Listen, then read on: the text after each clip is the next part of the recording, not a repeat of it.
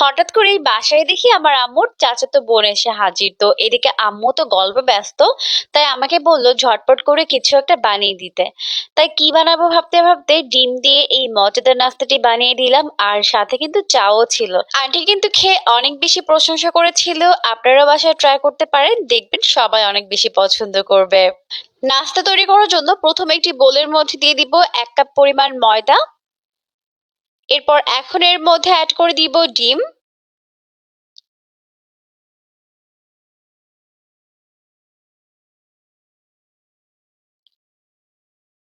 এখন এর মধ্যে অ্যাড করে দিব 1/4 টিস্পুন পরিমাণ কালো জিরা।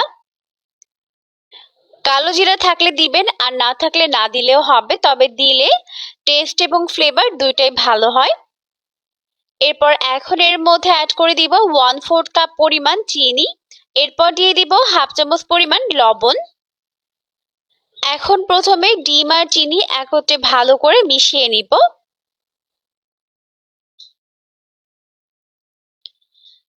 মিশিয়ে এটিকে ময়দার সঙ্গে ভালো করে মেখে নিতে হবে। তো এই পর্যায়ে আমাদের একটি সফট ডো তৈরি হয়ে গেছে। খুব ভালো করে মেখে নেওয়ার পর এখন এটাকে ঢেকে রেখে দিব প্রায় 5 মিনিটের জন্য। আর এই 5 মিনিটের মধ্যে কিন্তু ডোটি ভালোভাবে সেট হয়ে যাবে। তো ফিরে এলাম প্রায় 5 মিনিট পর, আর এখন দেখতেই পাচ্ছেন ডোটি কিন্তু ভালোভাবে সেট হয়ে গেছে। এখন এটাকে হাতের মধ্যে নিয়ে এরকম একটা গোলাকার শেপ দিয়ে নিব। তো এরকম একটা গোলাকার শেপ দিয়ে নেওয়ার পর এখন আমি এটাকে বেলে নিব। বেলার জন্য অল্প একটু ময়দা ছড়িয়ে দিলাম। এরপর আমি এটাকে বেলে নিচ্ছি।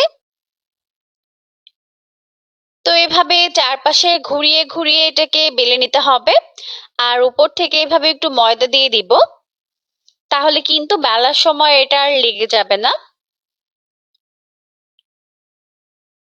তো এখন এইভাবে চারপাশে ঘুরিয়ে ঘুরিয়ে পাতলা করে বেলে নিব। এটা কিন্তু খুব বেশি পাতলা হবে না, আবার অনেক বেশি মোটাও হবে না।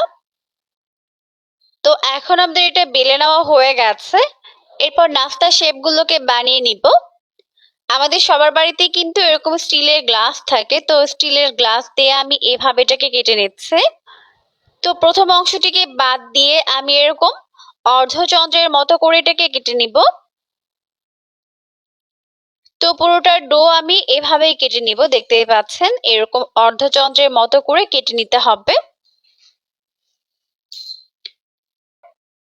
তো এই পর্যায়ে আমাদের সবগুলো নাস্তা শেপ তৈরি করে নেওয়া হয়ে গেছে। এখন আমি নাস্তাগুলোকে ভেজে নিব।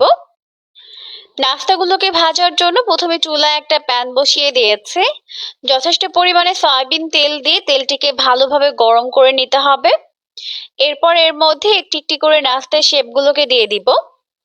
এরপর চুলার আঁচটিকে মিডিয়াম ফ্লেমে রেখে নাস্তাগুলোকে ভেজে নিতে হবে। তো এভাবে উল্টে পাল্টে নাস্তাগুলোর দুইটা সাইড এরকম গোল্ডেন ব্রাউন করে ভেজে নিয়েছে। এখন ভাজা হয়ে গেছে, এগুলোকে ঝটপট করে প্লেটে উঠিয়ে নিব। আর এই নাস্তার সাথে যদি চা থাকে তাহলে কিন্তু একদম জমে যাবে। অবশ্যই বাসায় ট্রাই করবেন।